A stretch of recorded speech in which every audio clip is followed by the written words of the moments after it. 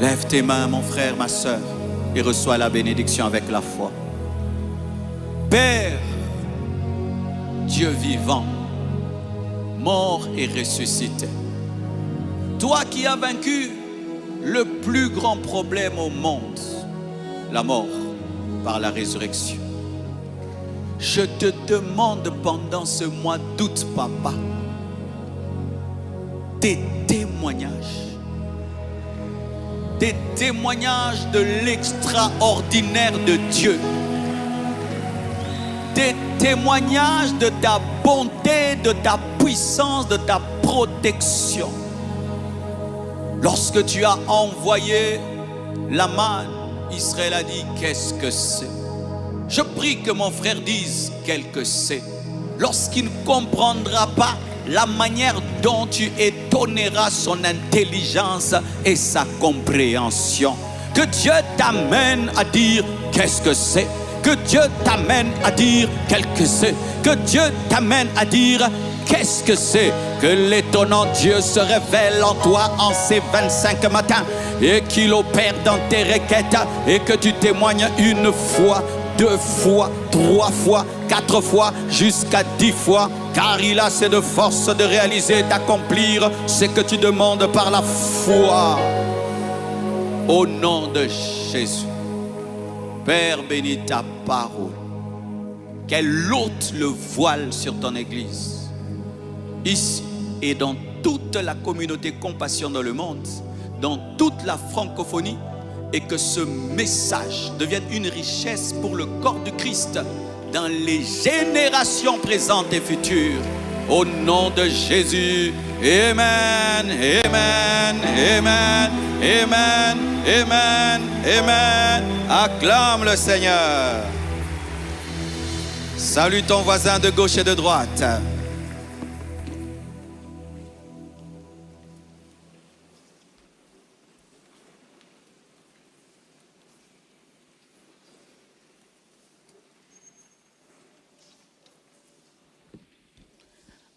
Permettez ce qui se passe ici, ça ne se voit pas là-bas. Amen, c'est entre nous ici. Avec ces nouveaux carreaux, vraiment, le défi devient encore plus grand. Mais je crois que Dieu vous donnera à vous tous des voitures comme ça, de la voiture au temple. Amen.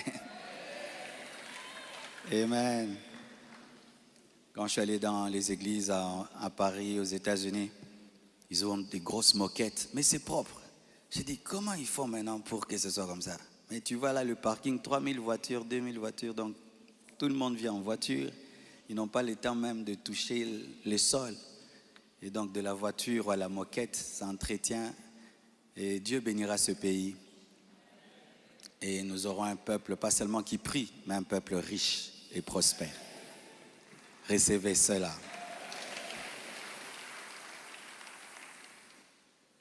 Pour les personnes très curieuses qui connaissent toujours la prédication du premier culte avant le deuxième culte, elles savent de quoi nous allons parler aujourd'hui. Aujourd'hui, je serai un peu hors sujet par rapport au grand thème « Découvre, expérimente sa présence ». Je vais y revenir en semaine, mais nous devons traiter certains problèmes. Je recevais de le faire, mais j'attendais le temps de Dieu parce que dans la guerre, on n'utilise pas les armes en désordre. Et j'ai demandé à Dieu tous les signes et il m'a donné tous les signes pour que je puisse donner ce message. Et ce message est tellement important, pas seulement pour l'Église Compassion, mais pour toute l'Église dans le monde, parce qu'à ce sujet, il y a une fausse doctrine, des faux enseignements, que même des grands serviteurs de Dieu, je les entends le dire, donner ça comme des conseils. Est-on sûr que c'est de la part de Dieu qu'il parle toujours, alors que c'est souvent des forteresses, de l'ignorance, un manque d'équilibre dans la connaissance de la parole de Dieu. Vraiment, je te prie de me suivre avec beaucoup d'intelligence et d'attention, car ce message va t'aider et va nous aider tous aujourd'hui, en tant que communauté, en tant qu'Église, en tant que personne. Voici le thème de mon message ce matin. Il y a un temps pour se taire et un temps pour parler. Tu vas le dire à ton voisin, il y a un temps pour se taire et un temps pour parler. Ton voisin de gauche, ton voisin de droite, ton voisin de devant, ton voisin de derrière, ton voisin qui a peur de ce que je vais dire. Soyez en paix. Amen.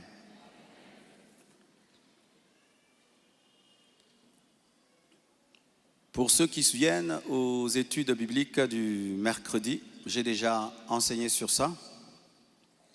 Le thème c'est « Est-ce qu'un chrétien peut se justifier ?» Qui a déjà suivi cet enseignement? Je vous prie d'aller sur YouTube et de suivre cet enseignement que j'ai donné il y a très longtemps sur « Est-ce qu'un chrétien peut se justifier ?» Et la réponse que j'avais donnée, c'est qu'un chrétien ne peut pas se justifier devant Dieu. Parce que notre justice devant Dieu est acquise au travers de l'œuvre de Jésus-Christ pour nous. Mais est-ce qu'un chrétien peut se justifier devant les hommes? C'est là souvent la grande question et là où il y a beaucoup d'erreurs doctrinaux. Oui et non. Un chrétien peut se justifier devant les hommes et il peut aussi ne pas se justifier. Car il y a un temps où tu peux te justifier. Un temps, tu ne dois pas te justifier, mais un autre temps, tu dois te justifier. Tel est le but de mon message, de vous accorder un équilibre à ce sujet, avec les temps actuels que l'Église traverse. J'entends des hommes qui me demandent de prêcher sans tenir compte de la réalité de l'Église.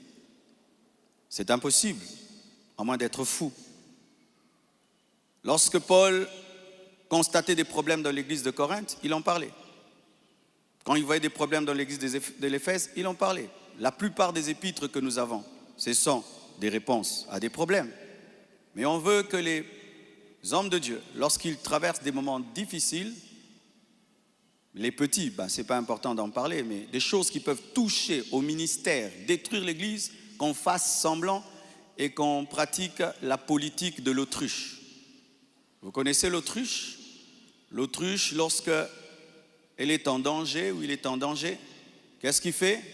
Il creuse un trou, il met seulement sa tête dans le trou et tout le reste de son corps est dehors et il pense que le fait qu'il ne voit rien, il est protégé. Le fait qu'il ignore, le fait qu'il fait semblant, ça ne fait rien. Ces mêmes personnes qui disent il faut te concentrer sur l'œuvre de Dieu. Des fois, je pose la question, c'est quoi l'œuvre de Dieu? Quand les âmes sont en train d'être perdues, c'est quoi l'œuvre de Dieu? Quand les âmes sont en train d'être découragées, et on ne tient pas compte de cela. Nous, on prêche seulement, on prêche sans tenir compte qu'il y a des veines. Si tu étais en train de dormir, de prier plutôt, concentré dans la présence de Dieu, on te dit qu'il y a le feu dans ton salon alors que tu es dans ta chambre, que vas-tu faire? Tu vas dire, je suis en train de prier, je ne vais pas m'occuper du feu. Tu vas arrêter ta prière et Dieu ne sera pas contre et tu iras éteindre le feu. Car si ce feu-là, tu ne l'éteins pas, il va te tuer toi et ta prière. Alors aujourd'hui, mes frères, je vais m'occuper du feu et nous allons l'éteindre au nom de Jésus.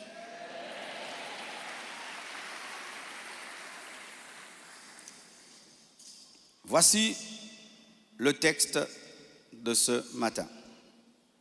Néhémie 4, versets 15 à 17, nous sommes debout afin d'honorer la parole du Seigneur.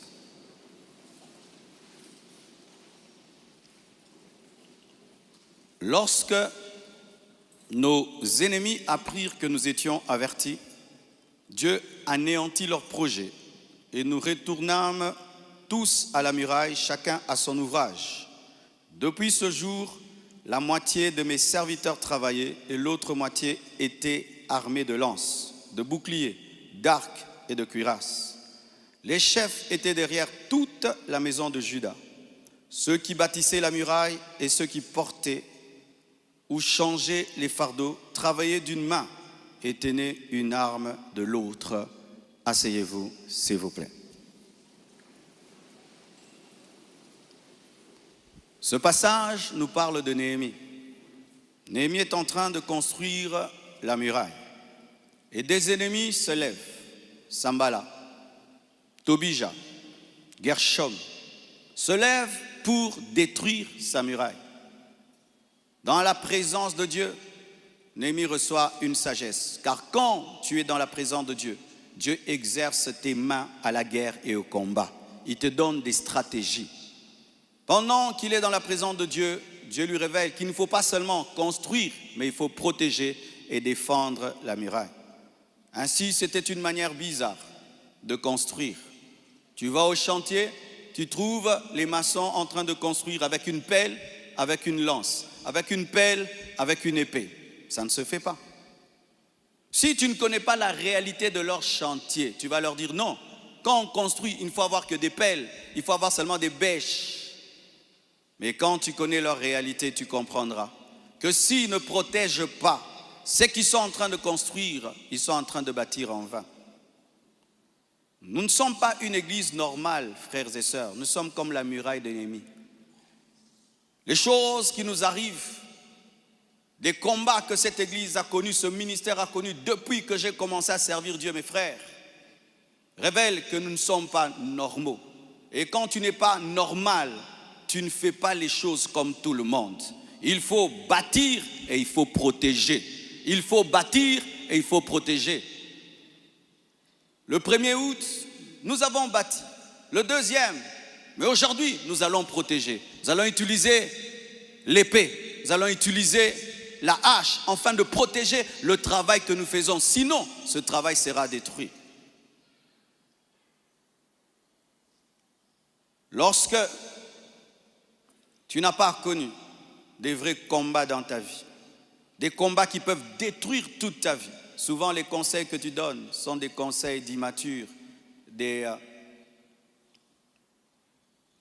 orgueilleux, parce que tu oses des fois conseiller quelqu'un sans avoir connu même le 1/100e de sa douleur. C'est comme une femme qui n'a jamais accouché, mais qui va donner des conseils à une femme qui a accouché 7 fois sur comment accoucher. Il faut le dire avec beaucoup d'humilité, même si tu as étudié ça, tu n'as jamais vécu ça. J'entends des gens qui me disent, il faut te taire, il faut te taire. Mais quand ils ont des tout petits problèmes, il faut voir comment ils parlent. Il faut te taire, il faut te taire. Mais il faut voir quand seulement ils sont accusés par 3 personnes dans des réunions de département, comment ils se défendent. Aujourd'hui, j'aimerais un peu nous expliquer ces choses-là, de se taire et de parler. Néhémie a donné des armes à ses maçons pour qu'ils protègent la muraille. Et aujourd'hui, je vais vous donner des armes afin de vous défendre. Parce que des fois, quand on vous dit des choses dans la cité, vous ne savez pas parce que vous n'avez pas l'information. Je vais vous donner la vraie information et vous saurez maintenant contrecarrer les contradicteurs, car tu ne peux pas défendre une vérité que tu n'as pas. Je vais vous dire la vérité. Je n'ai pas besoin d'une émission pour cela. Dieu m'a donné la chair et une église qui peut entendre. Et si le monde entier ne me croira pas, vous croirez et vous irez dire ce qui était dit ici.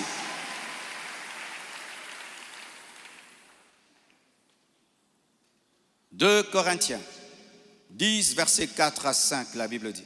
« Car les armes avec lesquelles nous combattons ne sont pas charnelles, mais elles sont puissantes.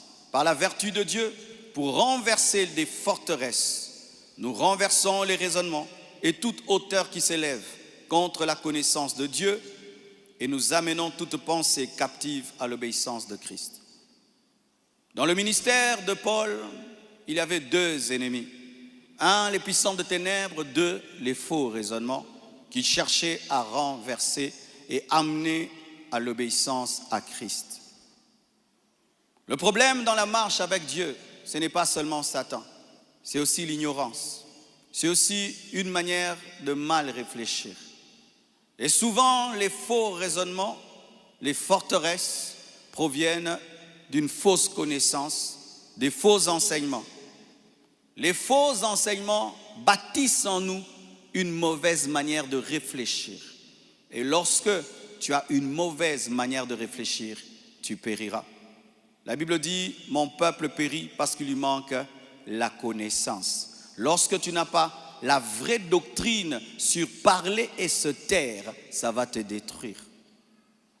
Hier, dans mon salon, un oiseau est entré.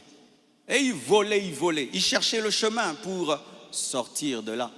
Tout d'un coup, il cherchait à passer par la fenêtre. Il y a une grosse fenêtre dans le salon et il voulait passer par là, mais elle était fermée. Il était là. Pourquoi? Il voyait de l'autre côté des arbres.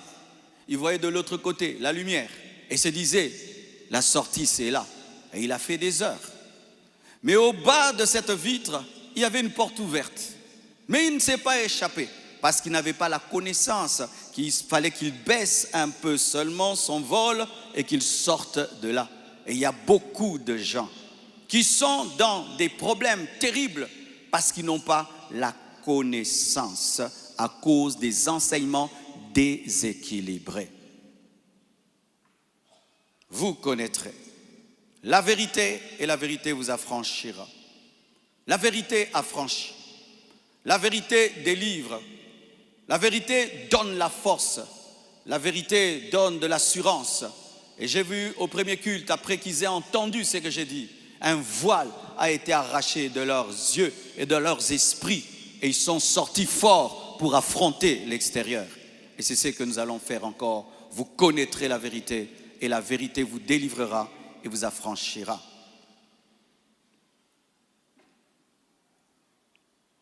Ecclésiaste 3, verset 7, parle de notre thème. Le sage, Salomon, l'homme qui a reçu la sagesse surnaturellement, pas qu'il a étudié beaucoup, non, il a prié et Dieu lui a donné. De sorte qu'il était l'homme le plus sage du monde, de la terre. Et l'homme le plus sage du monde en son temps dit ceci, Salomon dit ceci. Il y a un temps pour toutes choses, un temps pour se taire et un temps pour parler. Il n'y a pas que le temps pour parler, il y a aussi le temps de se taire. Mais il n'y a pas que le temps de se taire, il y a aussi le temps pour parler. Mais souvent l'Église n'enseigne que le temps de se taire, de se taire, de se taire, de se taire. La Bible ne dit pas qu'il n'y a que le temps de se taire. C'est la Bible. Il y a aussi le temps de parler. Et ce matin, c'est le temps de parler. Je me suis tu. Lorsqu'on parlait des sacs, des parfums et tout, Dieu m'a dit, tais-toi, ne t'en occupe pas. Ça va se régler tout seul. Mais là, il m'a dit, tu vas parler. Parce que ce n'est pas le temps de se taire, c'est le temps de parler. Mon frère, tu marches avec quelqu'un, tu es témoin qui n'a pas fait le mal. On l'arrête. Est-ce que c'est le temps de se taire? Est-ce que c'est le temps de se taire? Tu travailles avec ton ami, il est accusé dans la société d'avoir volé. Mais toi, tu étais là, tu sais qu'il n'a pas volé. Est-ce que c'est le temps de se taire? Mais pourquoi vous n'enseignez que taisez-vous, taisez-vous, taisez-vous? D'ailleurs, lorsque tu ne parles pas et tu es témoin de sa bonté, c'est toi qui es coupable. Vous tous qui me connaissez et qui ne parlez pas, vous êtes des coupables. Vous tous qui connaissez comment je marche avec Dieu, comment j'ai aimé mon épouse, comment je crains Dieu et je l'aime de tout mon cœur, mais vous ne parlez pas, c'est vous qui êtes des coupables. C'est vous les coupables. Ton enfant revient à la maison à 16h. Et puis on dit qu'il a tué quelqu'un à 18h. Toi, tu as la preuve que depuis 16h, il était là. Que vas-tu dire devant le juge? Je vais me taire, Dieu va combattre pour mon enfant. Tu vas prouver que ton enfant était à 16h. Mais quand il s'agit des hommes de Dieu, taisez-vous, taisez-vous. Mais si vous voulez qu'on se taise, vous parlez qu'on était déjà à la maison à 16h. Ce n'est pas de votre faute. Ça a toujours été enseigné comme ça. C'est le conseil qu'on lance à quiconque est calomnié, à quiconque est attaqué publiquement, parce qu'on n'a que ça. Mais on ne fonde pas une doctrine sur un verset. Il y a un temps pour se taire et un temps pour parler. J'aime ce verset. Souvent, c'est une contradiction quand tu es un nouveau lecteur de la Bible que tu ne comprendras pas. Mais quand tu grandis, c'est tellement beau, cette contradiction qui n'est pas une contradiction. Proverbe 26, versets 4 à 5. Proverbe 26, 4 à 5. Ne réponds pas à l'insensé selon sa folie, de peur que tu ne lui ressembles toi-même. L'autre passage. Réponds à l'insensé selon sa folie, afin qu'il ne se regarde pas comme sage.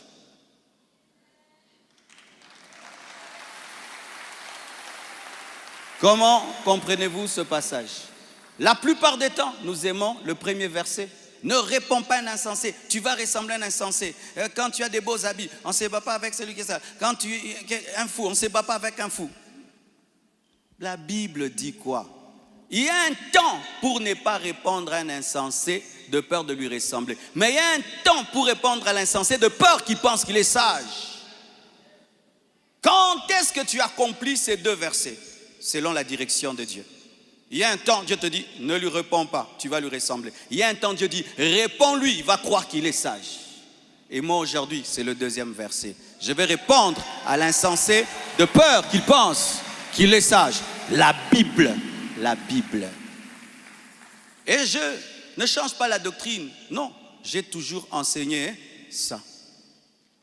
Sinon, tous ces frères et sœurs qui sont des avocats pêchent parce qu'ils empêchent les gens de se taire. Vous qui êtes des avocats et qui dites aux gens, tais-toi, Dieu va combattre pour toi. Pourquoi maintenant vous combattez pour les innocents? Laissez aussi que Dieu combatte pour eux. Vous allez encore couper cette prédication pour dire que non, Marcellus est contre les avocats. Est-ce que moi je peux être contre les avocats? Moi j'ai des avocats. Frères et sœurs, nous connaissons Paul, n'est-ce pas? Il est le modèle de nous tous. Miracle, prodige, enseignant. Paul a écrit le 3/4 de la Bible. Paul, on mettait des habits sur son corps, on va avec, les gens sont guéris.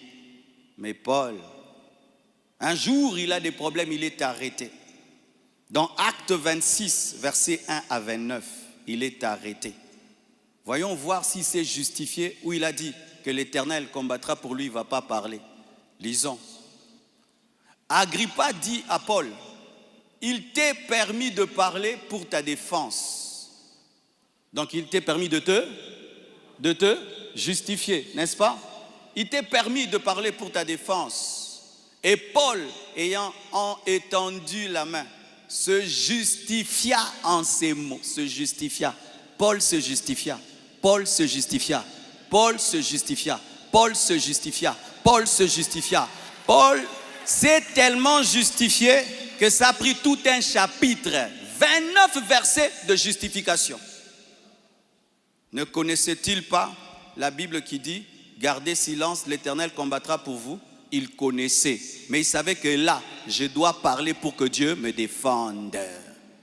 Il y a un temps, tu dois te taire et Dieu te défend. Mais à un autre temps, tu dois parler pour que Dieu te défende au travers de tes propres paroles. Pour que Dieu te défende au travers de tes propres paroles. Pour que Dieu te défende au travers de tes propres paroles. C'est quand tu vois quelqu'un, il va devant un tribunal. Il dit, je n'ai pas besoin d'avocat, vous ne parlez pas bien. Moi-même, je parle. Et puis, il gagne le procès. Et écoutez Paul, il t'est permis de parler pour ta défense. Et Paul, ayant étendu la main, se justifia en ces termes.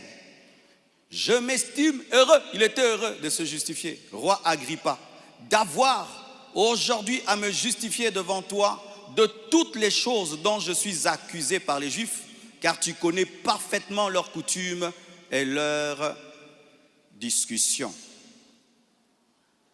Il était heureux, il a fait avec joie.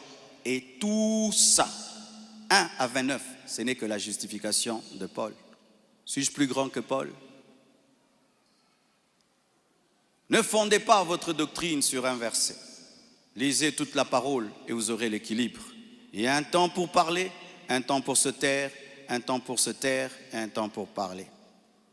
Prenons le verset qu'on utilise toujours, Exode 14, verset 14. Vous êtes avec moi? L'Éternel combattra pour vous et vous gardez silence.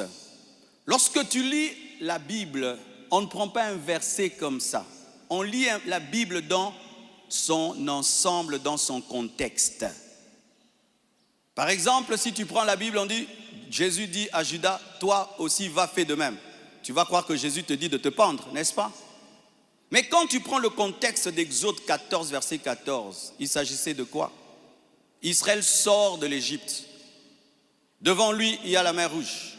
À gauche, une montagne. À droite, une montagne. Derrière le pharaon. Israël commence à murmurer. Oh, nous allons mourir. Moïse, qu'est-ce que tu nous as fait? Nous allons mourir. Ils n'étaient pas face à des calomnies et des accusations. Ils étaient face à un besoin de miracle. Ce verset-là n'a pas été donné lorsqu'on t'accuse. Ce verset a été donné lorsque tu as des problèmes. Dieu te dit, sois calme, aie confiance, je vais faire le miracle. Ce n'est pas un verset qui parle de garder silence lorsqu'on te dit que tu as violé alors que tu n'as pas violé. Ce n'est pas le verset. Ce n'est pas le verset, mes frères, ce n'est pas le verset. Et beaucoup d'entre vous, tu pouvais déjà sortir de ton problème. Je me tais seulement. Mais ta réputation est en train de se détruire. Dieu ne t'a pas dit de te taire, il a dit de te justifier. Si vous n'êtes pas d'accord, un verset, il s'applique seulement à la chair. Dans la vraie vie, non. Mais vous tous, dans la vraie vie, vous vous justifiez. Dans vos couples, vous vous justifiez. Au travail, vous vous justifiez. À deux, vous vous justifiez. Mais la Bible, elle est la Bible seulement devant la foule. Et en secret, elle n'est pas la Bible. S'il ne faut jamais se justifier, même devant une personne, il ne faut pas se justifier. C'est souvent, ne te justifie pas en public, mais justifie-toi dans les réunions. Non, la Bible reste la Bible dans les réunions et en public. Il y a un temps de se taire en public, un temps de parler en public, un temps aussi de se taire en secret et de parler aussi en secret. Acclame le Seigneur.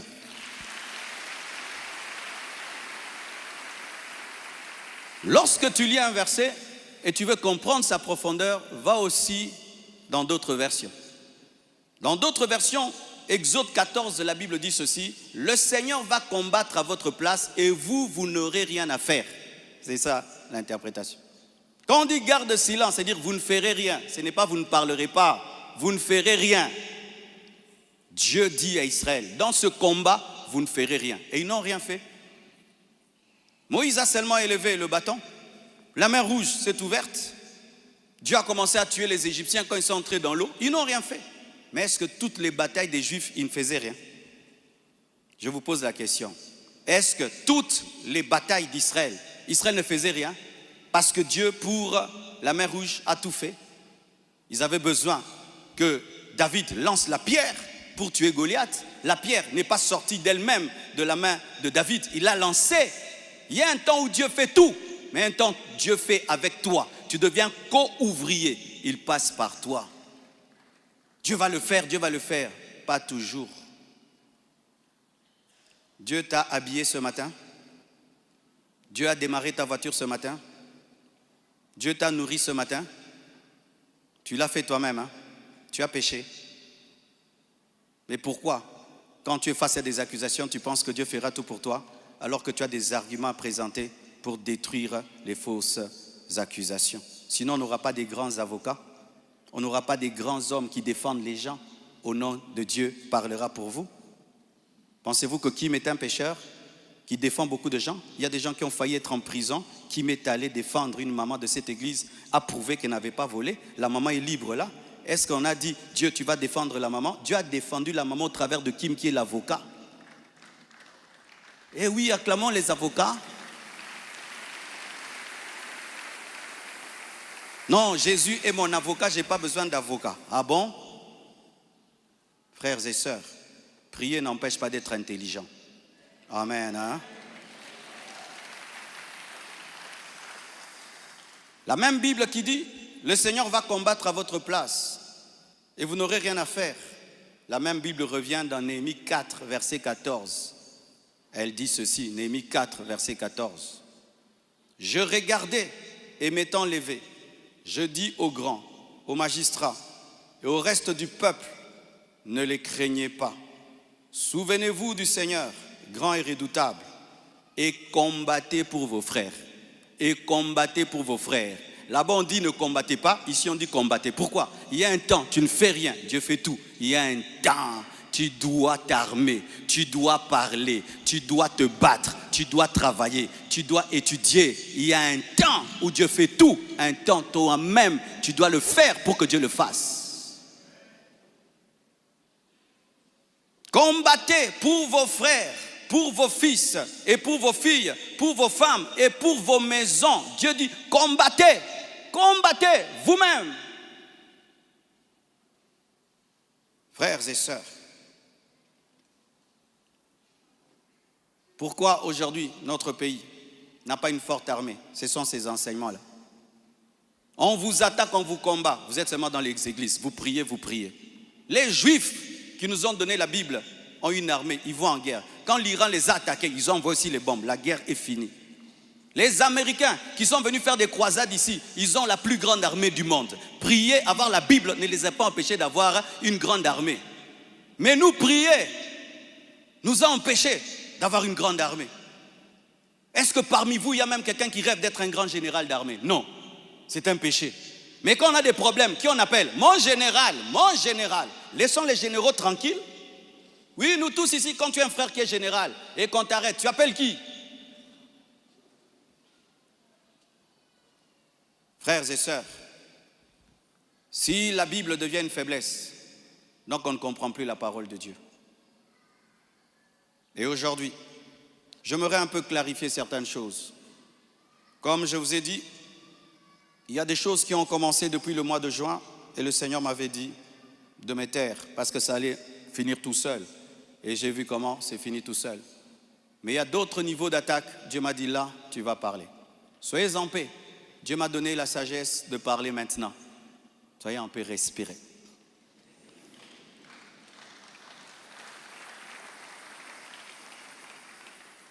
Désormais, lorsque j'aurai des choses très très importantes et pertinentes, j'écrirai et puis je lirai. Amen. Comme ça, je reste vraiment dans ce que je devais dire et ce que Dieu m'a demandé de dire. Shalom bien-aimé. Et j'aimerais que ça passe en ligne. Comme le combat est sur Internet, la réponse est sur Internet également.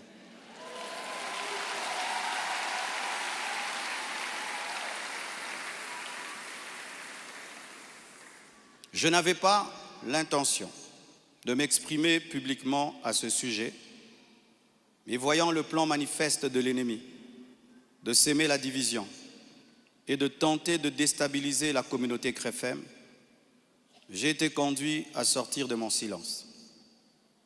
Et cela se fait aujourd'hui dans toutes les extensions compassion dans le monde. Les pasteurs vont parler en résumé ce que je suis en train de dire ici, car les fidèles ont besoin de réponses.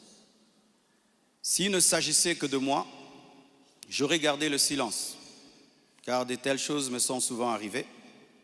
Mais puisque l'honneur de l'Église et la paix de plusieurs sont en jeu, je dois parler, car il y a un temps pour se taire, un temps pour parler. Suite au décès de mon épouse Blanche, j'avais pris l'initiative de faire construire une maison pour ma belle-mère en mémoire de sa fille. Et c'était ça le plan, d'ailleurs, je ne sais pas s'il y a les photos, c'était ça le plan de cette maison R+1. Par amour pour elle, par amour pour sa fille, en mémoire d'elle. Sur la parcelle, ma parcelle qui est à Bibois, 10 mètres sur 30 que j'allais lui donner. 10 mètres, 15 mètres sur 30, ou 10 mètres sur 30, j'ai oublié. Alors, lorsque j'ai décidé de le faire, le projet était déjà en cours avec son fils et un architecte, d'ailleurs celui qui est en train de nous construire ici. J'ai décidé d'en informer également la branche paternelle de la famille, pour des raisons de transparence. C'est alors que l'on m'a demandé de donner la même chose en espèces pour la famille paternelle. Ça veut dire l'argent que je vais dépenser pour construire cette maison pour la maman, que je donne aussi la même somme du côté du papa. J'ai expliqué que je ne pouvais donner que 250 000 $ pour l'ensemble des deux familles, considérant que je n'ai qu'une seule belle famille. et qu'il leur revenait de se répartir cela entre eux. Mais à ma grande surprise, on m'a dit que la maison était considérée comme un cadeau que Blanche avait promis un jour et qu'elle ne comptait pas donc dans l'héritage. Ils exigeaient donc une somme supplémentaire pour atteindre un total de 800 000 $. Par ailleurs, certains membres de leur famille ont contesté ma désignation légale comme liquidateur de mes propres biens, réclamant que ce rôle soit attribué à ma belle-mère. C'est que j'ai catégoriquement refusé, car cela ne respecte ni le droit ni l'équilibre. Comment je peux être vivant et c'est quelqu'un d'autre qui va liquider mes biens? Ils m'ont également reproché d'avoir exprimé pendant le deuil ma volonté de ne plus me remarier, une déclaration faite sous le choc et la douleur, car lorsqu'on pleure, on dit des choses, en prétendant que j'avais menti parce que j'ai finalement choisi de reconstruire ma vie. L'un d'eux m'a même dit que je devais rester veuf jusqu'à ce qu'ils reçoivent leur héritage. 2 réunions ont eu lieu entre moi et une partie de ma belle famille. Malheureusement, aucun accord n'a pu être trouvé. Ils m'ont officiellement réclamé 800 000 $ au travers de mes avocats, tandis que j'avais proposé 250 000 $ à l'amiable, par amour, par respect et pour honorer la mémoire de Blanche. Cela alors même que dans ma famille Tounassi, les biens sont toujours laissés à 100% aux orphelins, car cela est notre coutume, nous ne dérangeons jamais les veuves ni les veufs, tout est donné aux orphelins. Suite à cette impasse, nous avons lancé un inventaire légal de mes biens, conformément au code de la famille en RDC, dans le cadre d'un régime de communauté de biens avec 4 héritiers. À ce jour, leur part est estimée à moins de 150 000 $, car certains biens que nous avons, certains ont été mis totalement au nom des enfants, et nous, on n'est que des représentants, mais ce n'est pas à nous. Et d'autres biens ont été donnés à l'orphelinat. On a vendu notre parcelle de Limété à l'orphelinat à un prix cadeau. Donc, c'est 150 000 $, donc inférieur à ce que j'avais volontairement proposé. Les calculs d'ailleurs sont en cours jusqu'à aujourd'hui parce qu'ils considèrent que ce n'est pas le bon chiffre. Mais alors que les discussions entre avocats étaient en cours et que j'étais en voyage, certains ont choisi la voie de la diffamation publique. Leur objectif, me nuire personnellement et anéantir le ministère. Ils me l'ont dit clairement, que nous allons détruire ton ministère, nous allons détruire ta réputation, nous allons détruire l'Église. Récemment, un numéro anonyme d'Afrique du Sud m'a confirmé ce plan. La personne a affirmé détenir plusieurs enregistrements vocaux dans lesquels Blanche était en train de se confier à sa maman. Et un jour, je parlerai de tout ça, mais pas maintenant. J'en parlerai dans 1 mois, 6 mois. Un jour, je parlerai de tout ça. Ces paroles arrachées de leur contexte et de leur timing, me faisant passer pour un mauvais mari, notre couple pour un couple détruit, alors que la plupart d'entre vous ici, vous savez combien nous nous aimions, mais dans chaque couple, il y a des temps, des fois, des petites frictions, comme dans tous vos couples. Et en 18 ans, jamais nous n'avons parlé de divorce, je ne l'ai jamais frappé, je ne l'ai jamais insulté, je ne l'ai jamais tapé. Après 18 ans de mariage, je lui ai redemandé en mariage. Je suis allé prêcher dans l'église de mon fils Olivier, au Botswana. Tout ce qu'il m'a donné pour me bénir, je lui ai acheté une bague en diamant et je lui ai redemandé en mariage. Elle avait même témoigné dans une émission ici. Quand vous voyez ces dernières vidéos, cette femme était heureuse, était épanouie. Aujourd'hui, on veut changer toute cette belle histoire en un couple détruit.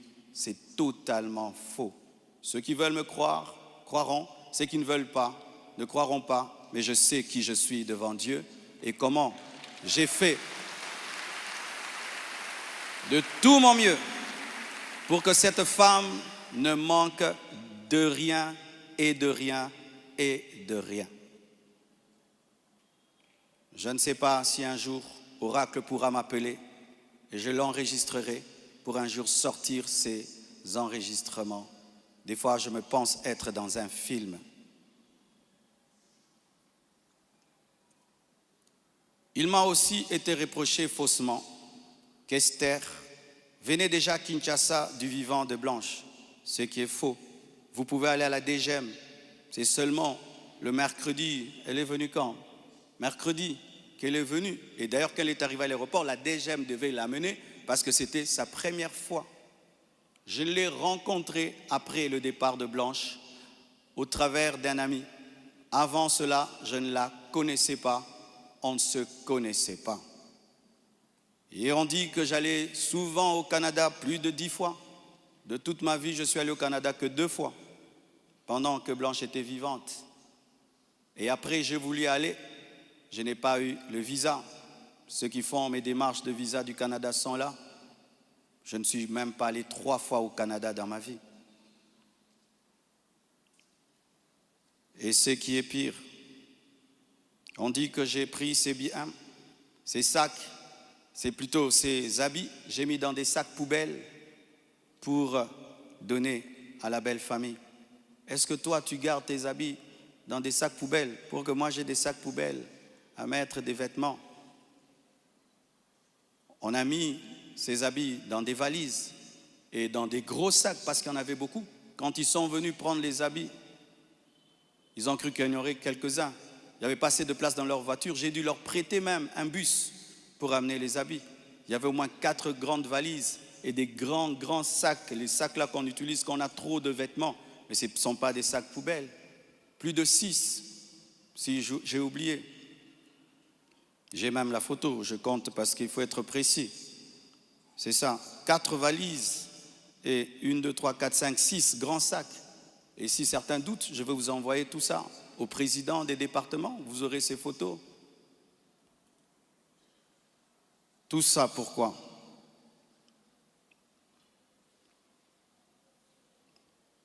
Et ce qui est terrible, on m'accuse même de l'avoir tuée, alors qu'elle est décédée d'une crise cardiaque à l'hôpital, suite à une opération.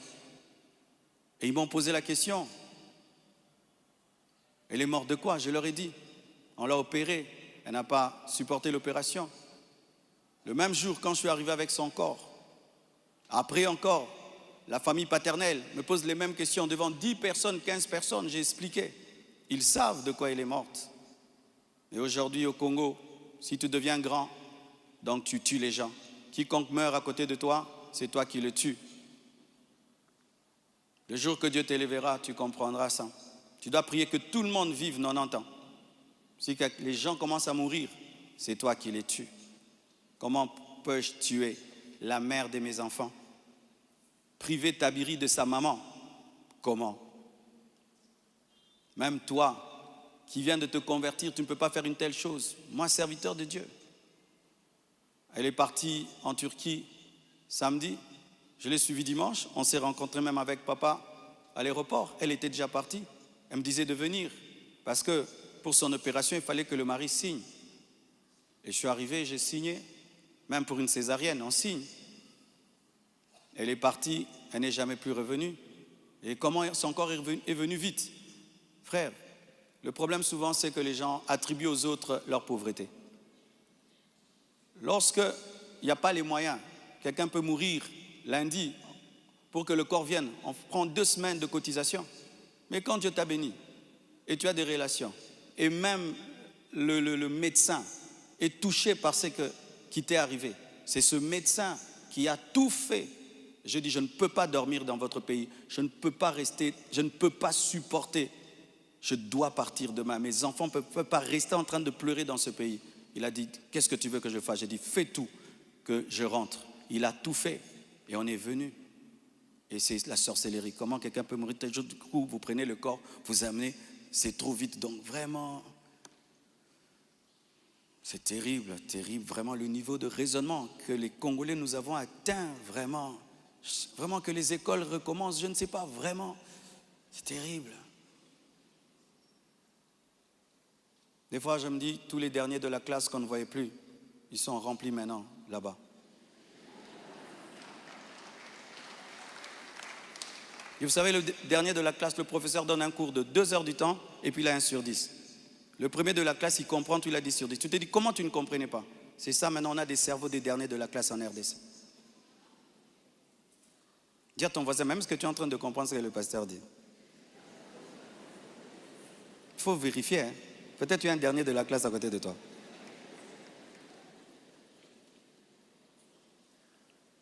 Tout cela n'est rien d'autre qu'un chantage, motivé par l'appât du gain, car cette personne me dira, donne-nous l'argent, nous avons des voices, sinon nous allons te détruire.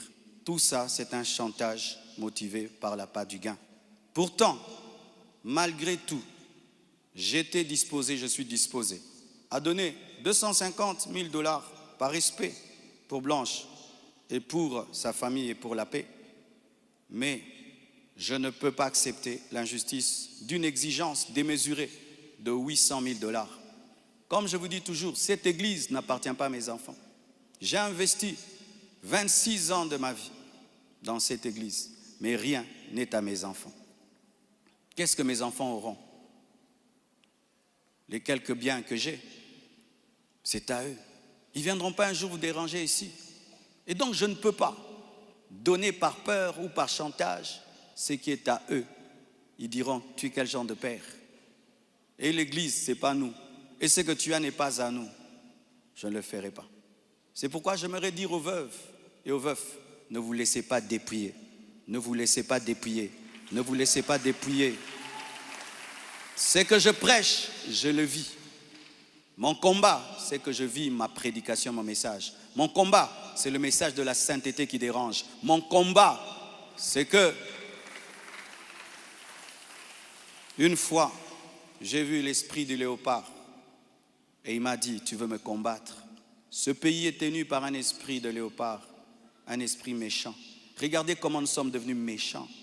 Regardez comment nous sommes devenus méchants, mes frères. Cette méchanceté démoniaque satanique. Et quand j'ai vu cet esprit, vous avez vu tout ce qu'on a connu. C'est pourquoi, pour finir, je vous prie, ne cédez pas à la haine. Au-delà des personnes visibles, il y a un combat spirituel. C'est une attaque de l'esprit de léopard que Dieu m'avait déjà révélé. Un esprit rusé et violent qui cherche à abattre les hommes de Dieu et à ravager les familles. Bénissez ceux qui vous persécutent. Priez pour ceux qui vous calomnient. Matthieu 5, verset 44. Ce n'est pas le moment de combattre dans la chair. Restons enracinés dans la vérité, dans l'amour et dans la prière. Pour ceux qui souhaitent des informations juridiques fiables, je vous invite à contacter mes avocats, le maître Béladé et le maître Abed, qui sont des fils de la maison. Et sachez que toute chose concourt au bien de ceux qui aiment Dieu. Romains 8, verset 28. Et je rends grâce à Dieu pour toutes mes épreuves et tous mes combats. Je suis l'un des hommes de Dieu aujourd'hui les plus persécutés dans ma génération. Quand je regarde mes amis, mes pères, des fois je me dis, Satan vous a oublié ou quoi? Mais je rends grâce. Ça fait de nous une église 4x4. Les gens sont étonnés. Comment cette église n'est pas morte? D'ailleurs, ça grandit. On vous insulte, vous allez à l'église. Vous allez mercredi, vous allez vendredi. Venez 25 matins, une église 4x4. Car ce qui ne te tue pas te rend fort. Et avec Dieu, nous ferons des exploits. Alléluia! Ce message est l'avant-dernier que je ferai à ce sujet. Après le suivant, dans des mois, pas 25 matins, je vous laisse tranquille, les mêmes équilibres, profondeur. Après, une seule chose après. Et puis, on n'en parlera plus. Ceux qui voudront croire, croiront. Mais sachez que moi et vous, nous devons continuer à bâtir comme Néhémie, une main à l'œuvre et l'autre sur l'épée. À bon entendeur, salut, que Dieu vous bénisse abondamment. Acclamons le Seigneur. Nous sommes debout. Nous allons bénir tous ceux qui veulent la destruction de cette église. Nous allons bénir tous ceux qui nous maudissent. Nous allons bénir tous ceux qui travaillent, que cette œuvre sèche. Nous allons les bénir et prier pour eux. Prions au nom de Jésus. Au nom de Jésus. Père éternel, Dieu de gloire, nous détruisons les plans maléfiques contre cette assemblée au nom de Jésus. Nous détruisons les plans sorcelleries contre cette assemblée au nom de Jésus. Nous anéantissons tous les pièges du diable contre cette assemblée au nom de Jésus. Nous proclamons la percée. Nous proclamons la nouvelle saison. Nous proclamons la bénédiction. Rien ne va nous arrêter. Rien ne va nous stopper. Au nom de Jésus-Christ. Lève tes mains. Nous bénissons nos ennemis. Nous prions pour leur conversion. Nous prions pour leur repentance. Que Dieu les rencontre comme il a rencontré Paul. Paul qui persécutait l'église. Paul qui combattait l'église. Qui soit touché par la puissance de Dieu. Et qui puisse se repentir. Et qui puisse devenir des serviteurs de Dieu. J'annonce que parmi ces TikTokers, il y aura des pasteurs, il y aura des mamans pasteurs, il y aura des prophétesses, il y aura des prophètes, que la puissance de Dieu les touche et qu'ils viennent un jour ici se repentir et témoigner que la main de Dieu les touche. Je prie pour leur conversion, je prie pour leur transformation, que le Dieu qui a parlé à Paul puisse les parler, celui qui l'a arrêté sur le chemin de Damas les arrête et puisse leur dire: tu ne peux marcher sur les aiguillons. Au nom de Jésus, je détruis toute parole de mort au nom de Jésus. Je détruis toute parole d'imprécation au nom de Jésus. Je détruis toute parole de malédiction au nom de Jésus. J'annonce la bénédiction, la vie, la paix, la joie. Que tout voile quitte tes yeux. Que la tristesse quitte ton âme. Soyez libres, soyez heureux. Servez Dieu, persévérez, allez de l'avant au nom de Jésus. Amen.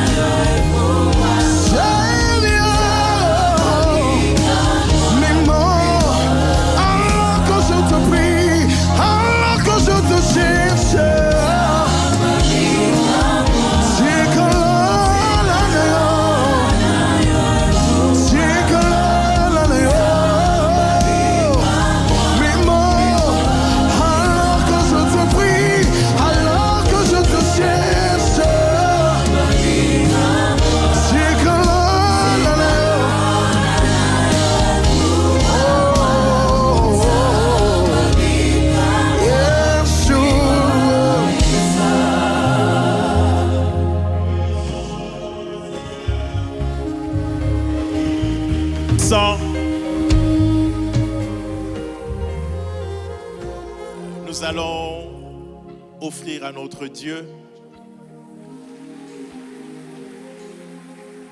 et nous allons le faire avec des cantiques, des chants d'allégresse. Tu vas célébrer Dieu, louer, chanter pendant que nous donnons. Nous avons 3 services à accomplir ce matin. Nous venons premièrement avec nos offrandes extraordinaires et nous bénissons avec nos collectes pour la construction. Nous allons revenir avec nos dîmes et bénir ce message d'édification. Et nous allons revenir finalement avec nos enveloppes pour ceux qui ont souscrit dans Apporte ta pierre. Tenons-nous debout. J'aimerais qu'on chante, qu'on célèbre pendant qu'on apporte nos offrandes, pendant qu'on apporte nos collectes. Avance et chantons. Ressuscité vit en moi. Son nom est Jésus. Je veux chanter et louer. Peu importe ce que je vis, le ressuscité vit en moi. Come on, everybody say. Je vais chanter, je vais chanter. Oui, gloire.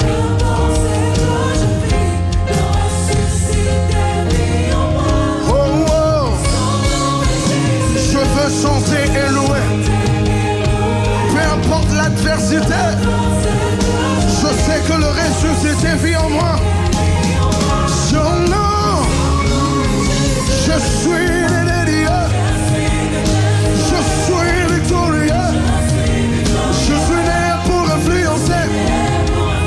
Rempli du Saint-Esprit. Je suis né de Dieu. Je suis victorieux.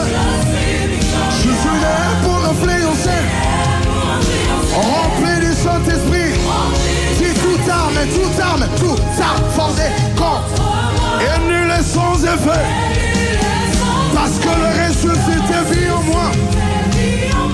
Son nom, toute arme forgée contre moi et nul est sans effet. Le ressuscité,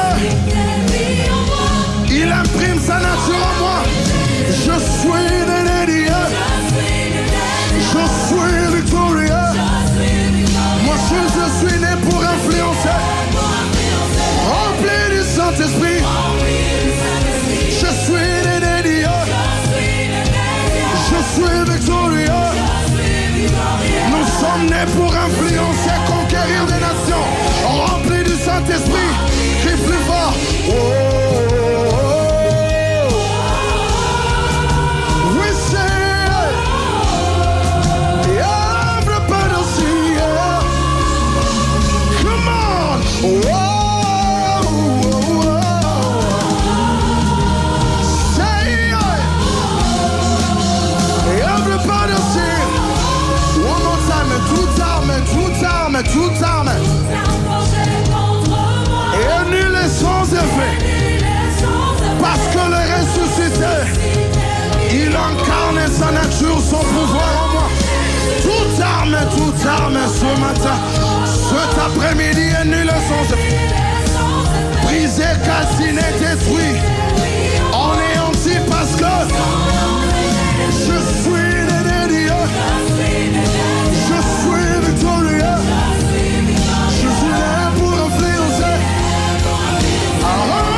Remplir. Tu es né de Dieu. Je suis victorieux. Je suis là pour influencer. Oh, oh. Nous avançons à présent avec nos dîmes et nous bénissons ce message édifiant. Avance, nous chantons, nous célébrons. Come on, toute arme forgée. Et nul, le ressuscité. Son nom, toute arme. La nuit comme le jour. Celui qui demeure sous l'abri du Très-Haut repose à l'ombre du Tout-Puissant. Je suis né de Dieu. Je suis victorieux. Je suis né pour influencer. Yeah, yeah. Je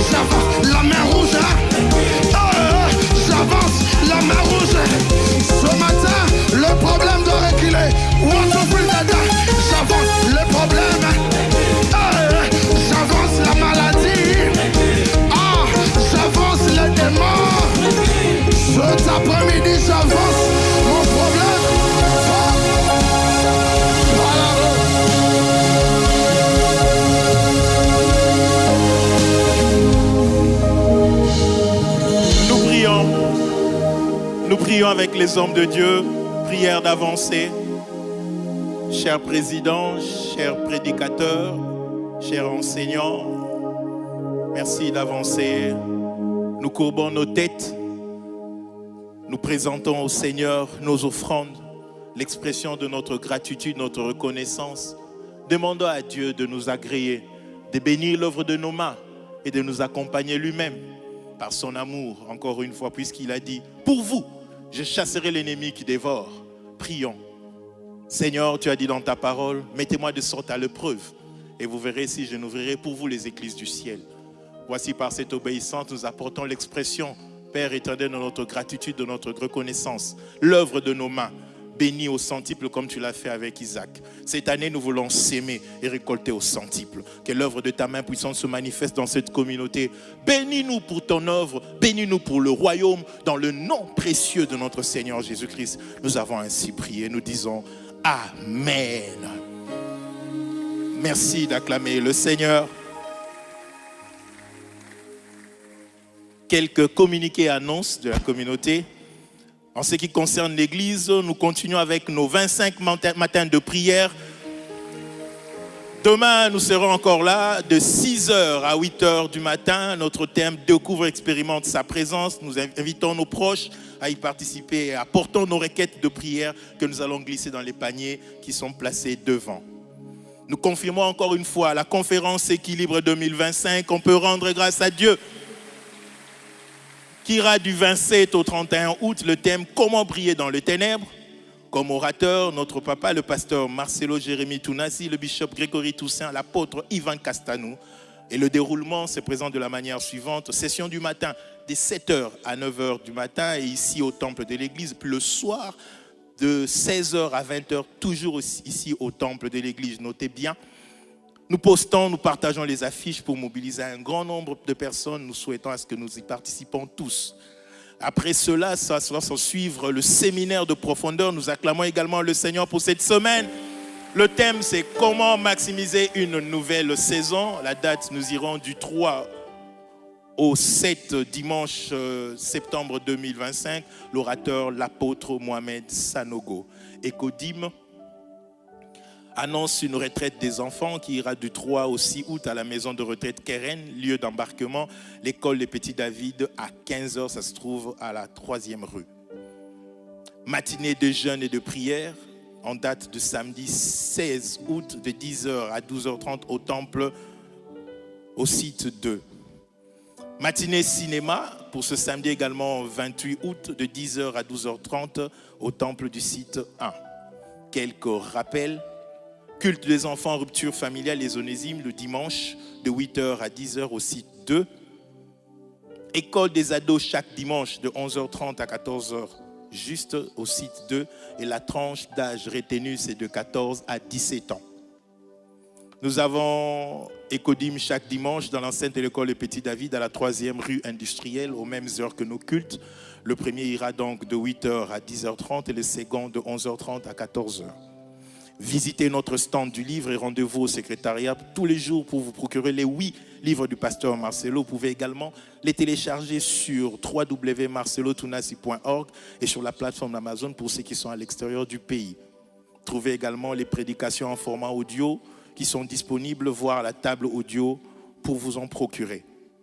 Le département de Béréen met à la disposition de l'église des prédications sur la série de prédications sur l'amour en format de brochure pour chaque culte à l'entrée du temple, voir les bien-aimés avec t-shirt béréen.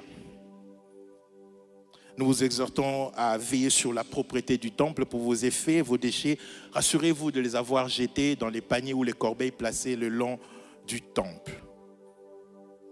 Bénédiction nuptiale, nous acclamons le Seigneur pour nos bien-aimés, ils sont nombreux, qui vont s'unir dans le lien sacré du mariage. Notre frère Gadbey Kabekele et la sœur Plamedi Mouadi pour ce samedi 16 août à 11h derrière le centre financier de Kinshasa. Acclamez bien le Seigneur pour nos bien-aimés.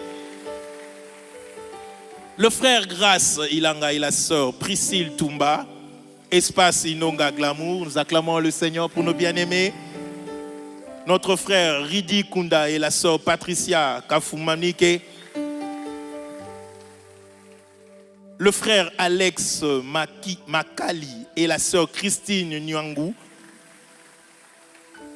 Et pour le samedi 3 août 2025, au temple ici de l'église, le frère Serge Woto et la sœur Sandra. Notre frère Narcisse Sondaya et la sœur Myriam Kele. Le frère Jackson Founi et la sœur Anto Bitena. Nous allons passer au moment de témoignage. Pendant que la servante de Dieu avance, nous acclamons le Seigneur pour la lecture de témoignage de ce matin. Acclame bien pendant qu'elle avance. Bénis le Seigneur. Glorifie déjà le Seigneur. Rends-lui grâce pour ce témoignage.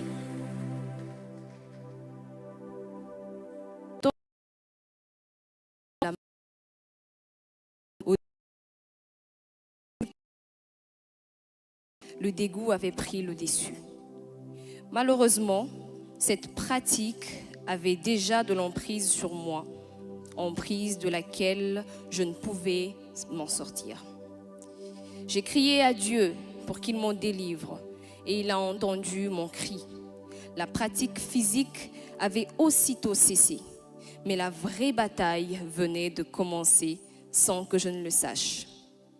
C'est alors que, chaque nuit, mes rêves devenaient une scène d'attaque spirituelle. Des femmes de nuit venaient m'opprimer et je ressentais des sensations réelles dans ma chair. Je me réveillais, souillé, frustré et honteux. Plus je priais, plus ces attaques s'intensifiaient. J'en suis même venue à craindre le moment d'aller dormir, sachant ce qui m'attendait. Puis un jour, tout a changé. Un dimanche, alors que le pasteur Danny Kalala prêchait sur le thème « Ce que le Saint-Esprit peut faire dans la vie d'un homme » et déclaré avec autorité à tous ceux qui subissent des oppressions démoniaques durant la nuit, votre délivrance est pour maintenant. Par la foi, j'ai saisi cette parole et une paix profonde a envahi mon être tout entier. Depuis, je dors en paix, les attaques ont cessé et je glorifie le Seigneur dès ce qu'il m'a délivré de cette emprise. Que toute la gloire revienne à Jésus.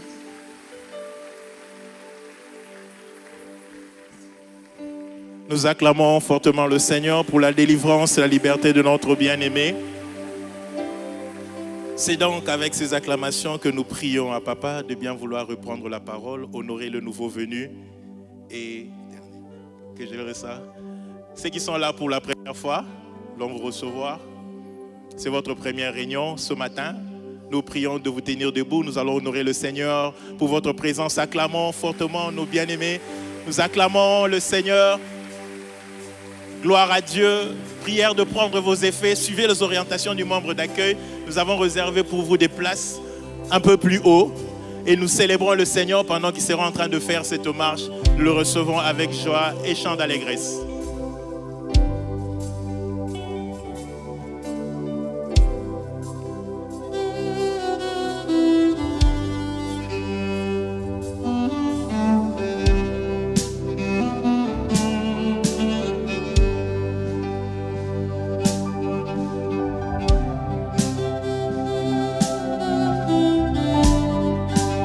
Acclamons le Seigneur, ils sont nombreux, nous les accompagnons avec des acclamations. Acclame bien, je vois certains venir du haut, nous le recevons, nous sommes très contents de vous compter parmi nous. Soyez les bienvenus, acclame, ne t'arrête pas pendant qu'ils marchent, acclame le Seigneur, nous sommes heureux, nous sommes très contents. Le Seigneur nous envoie toujours de nouveaux venus, et cela malgré tout, nous recevons, que Dieu soit loué, que Dieu soit béni, nous sommes très heureux de vous compter parmi nous. Ah, ils sont encore nombreux, continuons à acclamer le Seigneur, ils sont là. Bénis le Seigneur pour leur présence. Seigneur, merci. Merci pour mon bien-aimé, merci pour mon frère, ma soeur. Merci pour la grâce que nous avons de les compter parmi nous. Gloire au Seigneur.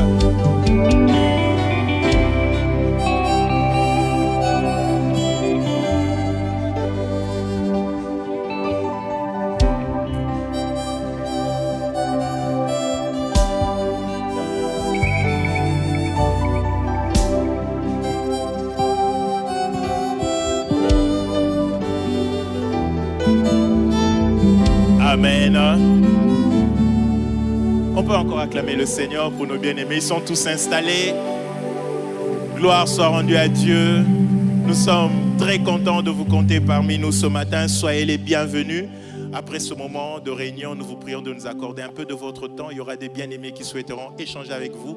Et si vous avez des questions, de préoccupations, n'hésitez pas de les présenter. Ça nous permet de mieux vous connaître ainsi que vous aussi. Soyez abondamment bénis qui a reconnu son invité ce matin.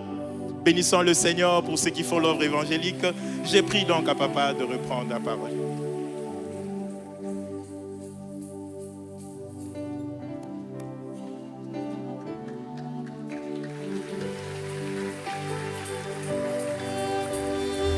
Alléluia.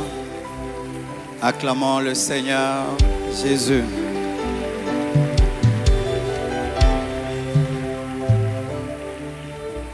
Amen. Je suis venu aussi qu'au dimanche on puisse recevoir une nouvelle venue.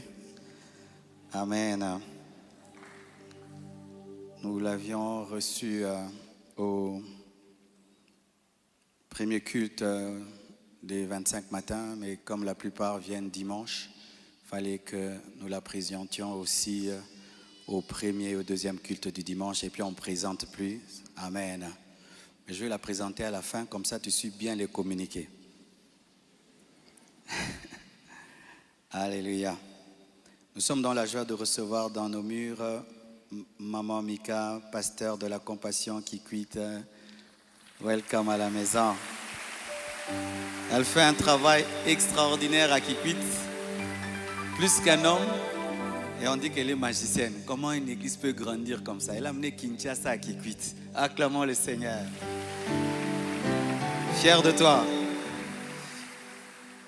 Aujourd'hui, je ne recevrai pas après le culte, parce que 2 cultes, et puis demain on doit revenir ici très tôt matin, et je prêche demain soir aussi, donc je serai au 25 matin le matin.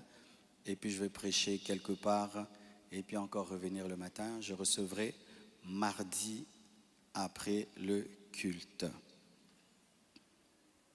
Nous avons maintenant une application Compassion TV sur Google Play Store et Apple Store. Allez dessus, tapez Compassion. Vous allez voir une application qui vous permet d'avoir tout ce que nous faisons en ligne. Et je vous prie de vous procurer ce livre que j'ai écrit, Découvre, expérimente sa présence. Ça parle du thème qui est abordé pendant les 25 matins. Et il y a mon nouveau livre, mon 8e livre. Je demande à la communication de faire aussi une communication dessus. 30 clés pour transformer la souffrance en force. J'ai mis les choses que Dieu m'a apprises dans les moments difficiles qui m'ont aidé à me relever. Et tu as perdu un frère, une sœur, un mari, une femme, un ami, quelqu'un, et jusque-là tu n'arrives pas à sortir du deuil, de la douleur. Je te conseille ce livre, tu peux même l'offrir à quelqu'un. Comment tu peux transformer la mer rouge en tapis rouge. Acclamons le Seigneur. Demain, venons très nombreux, ne venons pas seuls. Et nous allons aller de gloire en gloire. Comme là on a enlevé les pierres, on évolue maintenant. Alléluia. Et nous allons consacrer samedi 23 août, pendant les 25 matins, des enfants de la maison et d'autres même des extensions. Nous aurons toute la liste bientôt. Nous allons consacrer le pasteur Carmel pour la Compassion Dubaï. Nous acclamons le Seigneur. Pasteur Flori pour la Compassion Boujima et nous acclamons le Seigneur. Pasteur Abel pour la Compassion Allemagne Düsseldorf, nous acclamons le Seigneur. Pasteur Roland pour la 2e Compassion Paris, acclamons le Seigneur. Pasteur Nadège pour la 3e Compassion Paris, nous acclamons le Seigneur. Pasteur Anthony pour la Compassion Goma, nous acclamons le Seigneur. Pasteur France pour la Compassion Luxembourg, nous acclamons le Seigneur. pasteur Billy pour la compassion Libreville. Nous acclamons le Seigneur. Pour ces 3 actions, 25 matins, équilibre et profondeur, nous avons besoin de soutien financier. On a besoin d'arranger le temple, on a besoin de voitures pour les orateurs, on a besoin de payer les hôtels, payer les billets d'avion, de nourrir ces hommes de Dieu. Je prie que vraiment Dieu vous donne un esprit de libéralité, de vous approcher de nous, de vous approcher du diaconat, des pasteurs assistants pour nous aider comme vous le faites toujours. Vous le faites toujours parce que construire et à la fois faire ces 3 grandes actions, c'est très pesant.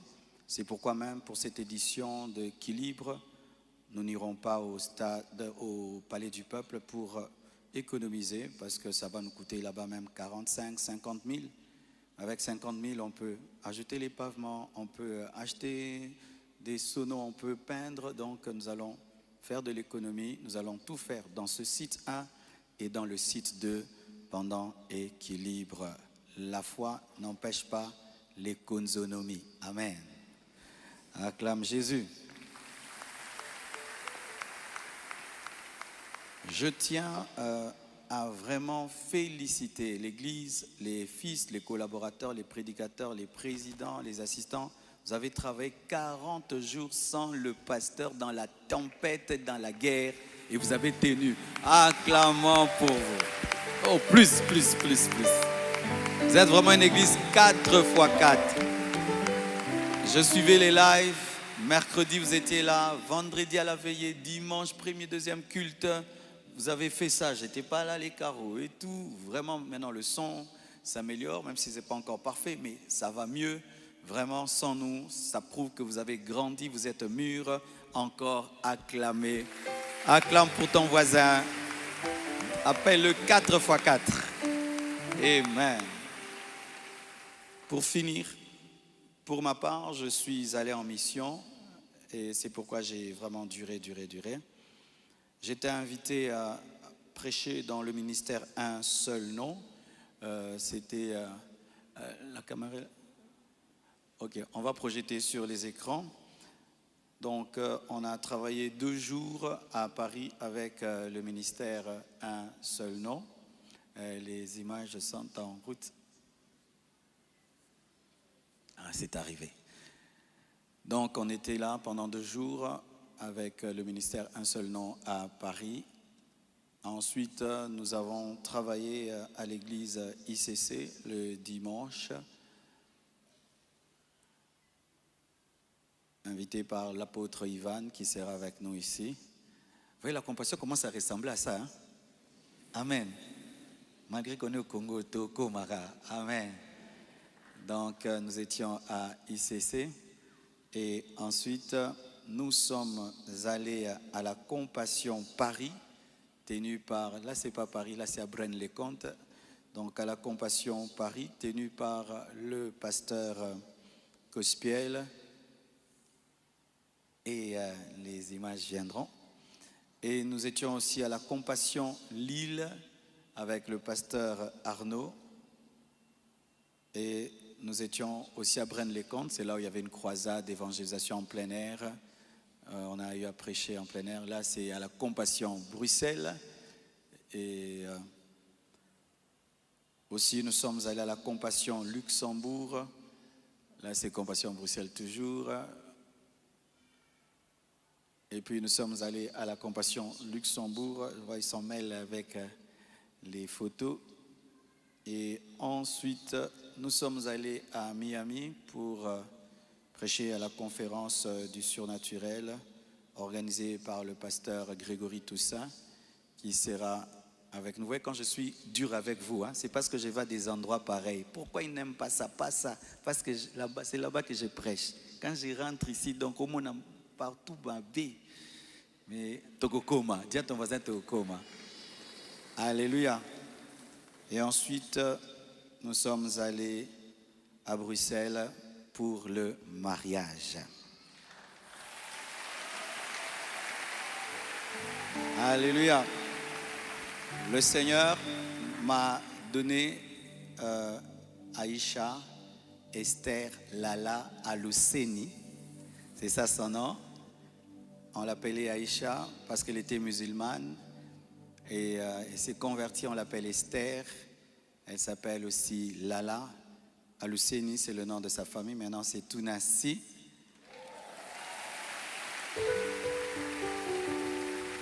Et elle est prédicatrice, elle est modératrice, elle est aussi interprète en anglais et en français, elle parle même espagnol.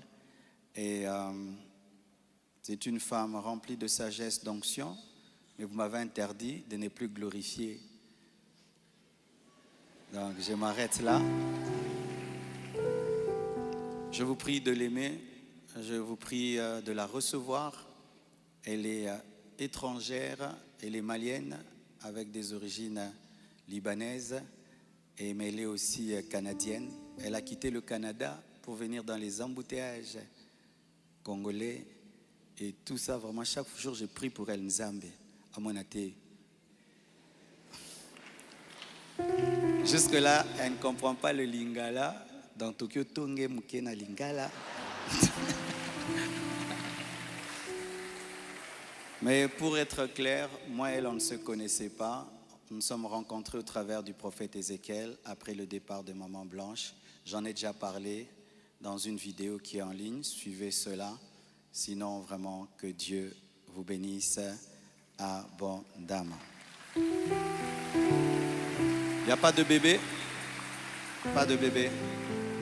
Nous allons nous tenir debout et elle va prier pour notre départ.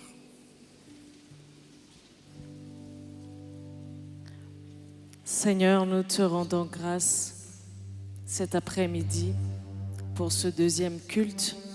Nous te disons merci, Père éternel, parce que tu nous as fait la grâce que ce culte se passe bien et que ce soit un culte où nous avons la foi, que les cœurs ont été transformés et que les mentalités ont été transformées également. Nous te recommandons d'ores et déjà le culte de demain, la suite des 25 matins en ce lieu. Nous te les recommandons, nous te recommandons l'orateur de demain. Seigneur, nous prions que comme le thème l'annonce, que tu nous permettes de découvrir et d'expérimenter ta présence en ce lieu. Seigneur, nous prions que ces 25 matins ne soient pas des 25 matins ordinaires, mais que nous puissions voir un avant et un après 25 matins. Qu'il y ait un changement palpable dans la vie de toute personne ici présente. Qu'il y ait des miracles, qu'il y ait des signes, qu'il y ait des prodiges qui prennent place à ceux qui en ont besoin. Bénis le retour de tout un chacun. Que ta semaine soit bénie au nom de Jésus. Que ta famille soit bénie au nom de Jésus. Que tes affaires soient bénies au nom de Jésus. Que tes enfants soient bénis au nom de Jésus. Que tout ce que tu entreprends prospère au nom de Jésus. Et que ta semaine soit bénie, bénie, bénie. C'est dans le nom de Jésus-Christ de Nazareth que nous avons ainsi prié. Église La Compassion, ensemble nous disons Amen. Merci. Prenez place, s'il vous plaît. Étant donné qu'on est en train de construire devant, il n'y a qu'une seule sortie. Les membres du protocole vont nous aider à sortir en ordre sans nous bousculer. Ainsi, j'invite les leaders, ils vont monter pour des temps d'intercession. Merci.